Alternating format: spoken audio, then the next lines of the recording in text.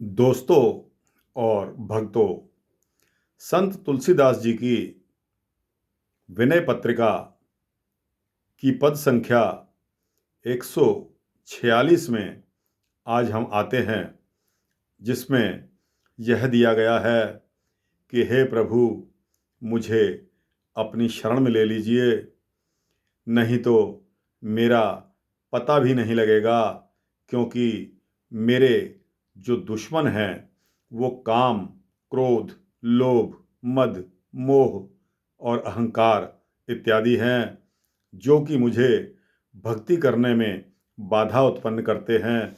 हे प्रभु, जिस तरह ठीक समझें आप मेरा उद्धार कीजिए। मैं आप ही का हूँ, तेरा हूँ, बस तेरा हूँ। तो दोस्तों, आइए शुरू करते हैं विनय पत्रिका का पद संख्या 146 146। हों सब विधि राम, रावरो चाहत भयो चेरो। हों सब विधि राम, रावरो चाहत भयो चेरो। ठौर ठौर साहबी होत है, ख्याल काल कलि केरो। ठौर ठौर साहबी होत है, ख्याल काल कलि केरो। हों सब विधि राम, रावरो चाहत भयो चेरो। हों सब विधि राम, रावरो चाहत भयो चेरो। हे राम जी, मैं हर प्रकार से आप ही का दास बनना चाहता हूँ, परंतु यहाँ तो जगह जगह साहबी हो रही है। इसका अर्थ यह है कि मन और इंद्रियां सभी मेरे मालिक बने बैठे हैं। यह सब कलिकाल के ही खेल हैं। इससे अगला पद आता है, काल कर्म इंद्रिय विषय, गाहक गण घेरो।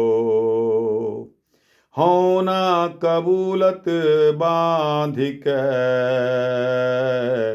मोल करत करेरो। काल कर्म इंद्रिय विषय, गाहक गण घेरो।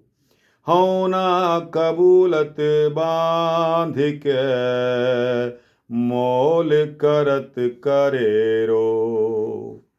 अर्थात काल यानी कि समय, कर्म और इंद्रिय रूपी ग्राहकों ने मुझे घेरा हुआ है। जब मैं उनके हाथ बिकना कबूल नहीं करता, तभी वे मुझे बांधकर मुझ पर कड़ा दाम चढ़ाते हैं। अर्थात जैसे तैसे मुझे लालच दिखाकर, मुझे मोह में फंसाकर अपने वश में करना चाहते हैं। इससे अगला पद है, बंदी छोर तेरो नाम है, बिरु दैत बड़ेरो। मैं कहो तब छल प्रीत कै, मांगे उर डेरो। बंदी छोर तेरो नाम है, बिरु दैत बड़ेरो। मैं कहो तब छल प्रीत कै, मांगे उर डेरो। इसका अर्थ यह है कि आपका नाम बंधन से मुक्त करने वाला है, बंधन से छुड़ाने वाला है, और आपका बाना भी बड़ा है।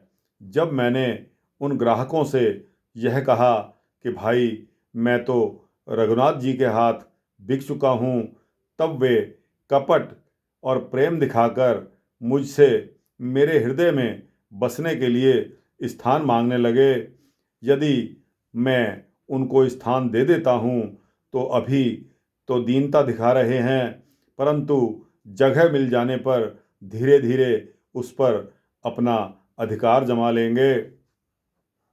इसके पश्चात दोहा आता है दोस्तों, भक्तों। नाम ओट अब लग बचो, मल जुग जग जेरो। अब गरीब जन पोषिए, पाए बो ना हेरो। नाम ओट अब लग बचो, मल जुग जग जेरो। अब गरीब जन पोषिए, पाइबो ना हेरो। अर्थात अब तक मैं आपके सहारे बचा रहा, परंतु अब तो ये कलयुग मुझे घेर लेगा।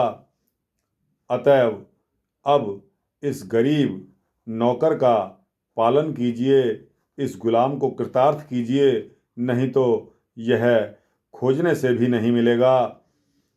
इससे आगे एक और पद आता है दोस्तों, जिसके बारे में जेहि कौतुक बक स्वान को, प्रभु न्याव निबेरो। तेहि कौतुक कहिए कृपालु, तुलसी है मेरो। जेहि कौतुक खग स्वान को, प्रभु न्याव निबेरो।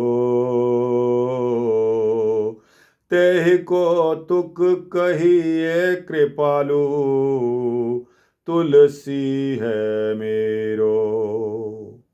हे नाथ, आपने जिस लीला से पक्षी यानी के उल्लू का और कुत्ते का फैसला कर दिया, उसी लीला से अब इस कलयुग में यह भी कर दीजिए कि तुलसी मेरा है। इतना कह देने से फिर कलयुग का इस पर कोई वश नहीं चल पाएगा। तो दोस्तों और भक्तों, यहाँ वृतांत आया है उल्लू का और कुत्ते का, जिसके बारे में शायद आप नहीं जानते होंगे। तो चलते चलाते सोचता हूँ कि इसके बारे में भी आपको थोड़ा सा बता दूँ। तो दोस्तों, एक बार वन में उल्लू और गीध जो एक ही घर में रहते थे, एक दिन गीध ने बुरी नीयत रखते हुए घर पर अपना अधिकार करना चाहा और उल्लू से कहा कि यह घर हमारा है, इसे खाली कर दो, इस पर तुम्हारा कोई अधिकार नहीं होना चाहिए। नहीं मानते तो मैं तुम्हारे को राजा के पास, राजा के सम्मुख पेश करवा दूंगा। अंत में दोनों ही गीध और उल्लू श्री राम जी के दरबार में अपने मुकदमे का फैसला करवाने के लिए आ जाते हैं, अपना झगड़ा रखते हैं। इस पर भगवान राम जी ने उल्लू से कहा कि घर किसका है, आप इसमें कब से रहते हो। उल्लू ने उत्तर दिया कि हे महाराज, जब से वृक्षों की सृष्टि हुई तब से मैं इसी घर में रहता हूँ। गीध ने कहा कि महाराज, जब से मनुष्यों की सृष्टि हुई तब से मैं रहता हूँ। तो इस पर सोचने का विषय यह था कि पहले प्रकृति आई या पहले मनुष्य आया है। तो भगवान ने कहा कि वृक्षों की सृष्टि मनुष्यों से पहले हुई है, इस पर अधिकार उल्लू का ही होगा, तुम्हारा नहीं। तो गीध को हुक्म हुआ कि इस घर को खाली कर दो। तो दोस्तों, कितना सतयुग, कितना सत्य चलता था उस समय कि सृष्टि में जब सृष्टि अपने अस्तित्व में आई, उसके पश्चात ही मनुष्यों का इस धरती पर प्रादुर्भाव यानी कि आगमन हुआ। इसी के तहत यह फैसला कर दिया गया। इसी प्रकार एक अन्य उदाहरण, एक दिन श्री राम जी के दरबार में एक कुत्ता आया और रोता हुआ पुकार करने लगा कि हे महाराज, मुझे तीर्थ सिद्धि नामक ब्राह्मण ने बिना ही अपराध के लाठी से मेरे सिर में मारा है और मेरा सिर फोड़ दिया है। आप मेरा इस झगड़े का न्याय कर दीजिए कि मुझ बेगुनाह को इस पंडित ने लाठी से क्यों मारा। भगवान ने ब्राह्मण को बुलाया और पूछा कि आपने निरपराध कुत्ते को सिर पर लाठी क्यों मारी। उस ब्राह्मण ने कहा कि मैं भीख मांगता फिरता था, इसे मैंने रास्ते से हटाने की कोशिश करी लेकिन यह नहीं हटा, तब मैंने इसको लकड़ी मार दी। ब्राह्मण को अदंडनीय समझकर भगवान विचार करने लगे। इतने में कुत्ते ने सारी स्थिति को भांप लिया और भगवान से प्रार्थना करने लगा कि हे भगवान, मेरी इच्छा के मुताबिक आप इसे कालिंजर का महंत बना दीजिए। मैं भी पूर्व जन्म में एक महंत ही था। भक्ष्याभक्ष खाने से मुझे इस कुत्ते की जोनी में आना पड़ा है। महंत बहुत बुरी चीज़ होती है। जो भी महंत बनता है उसको भिक्षा का जो सामान आता है, राशन पानी, खीर पूड़ी, मिष्ठान इत्यादि, इन सभी का भोजन करने से वह महंत कुत्ते की जोन में जाता है। तो कुत्ते के कहने पर भगवान ने उस पंडित जी को कालिंजर का महंत बना दिया। क्योंकि दोस्तों, पंडित को मारना या दंड देना धर्म के विरुद्ध समझा जाता है। तो यही भगवान राम के मन में ब्राह्मण को अदंडनीय समझा जाता है। इस पर भगवान विचार करने लगे तो कुत्ते की बात बहुत अच्छी निकली और कुत्ते की मर्जी के मुताबिक, कुत्ते की इच्छा अनुसार उस ब्राह्मण को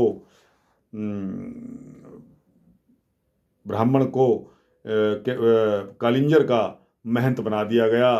तो दोस्तों, यह वृतांत यहीं पर समाप्त होता है। समय इजाज़त नहीं देता। तो दोस्तों, आपने देखा कि संत तुलसीदास जी ने किस प्रकार अपने को भीख मांगते हुए कहा कि हे प्रभु, मुझे अपना लीजिए। ये काम, क्रोध, लोभ, मोद, मोह, अहंकार जो कि हमारे बैरी हैं, हमारी भक्ति में अवरोध उत्पन्न करते हैं, इनसे मुझे दूर रखिए। आपकी अत्यंत कृपा होगी। हे प्रभु श्री राम की जय। जय श्री राम। दोस्तों, अगर यह वृतांत आपको अच्छा लगा हो तो कृपया करके इसको लाइक और शेयर करके अपने जैसे भक्ति रस मानने वाले दोस्तों को इसको अवश्य भेजिए। और मेरे इसी तरह के धार्मिक वृतांत सुनने के लिए मेरे चैनल को सब्सक्राइब करिए। आपका भी परोपकार होगा। धन्यवाद।